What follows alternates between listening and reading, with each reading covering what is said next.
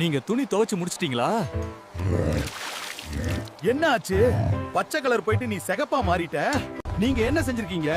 இது உலகத்தை காப்பாத்துற ஆபீஸ், துணி காய போடுற இடம் இல்ல. மன்னிக்கவும் கேப்டன், வெளியில வெயில் இல்ல, அதான் உள்ள காய போட்டோம்.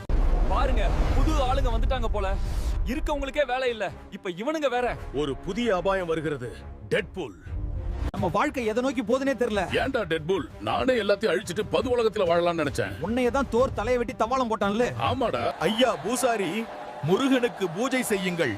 எங்கள் சேனலுக்கு நல்ல பார்வைகளும் சந்தாதாரர்களும் கிடைக்க வேண்டும். என்ன ஹல்க், பூஜை முடிச்சு விட்டாயா? நான் முருகனுக்கு பூஜை செய்தேன். நீ பெருமாள் கோவிலுக்கு வந்து முருகனுக்கு பூஜை செய்திருக்கிறாய்.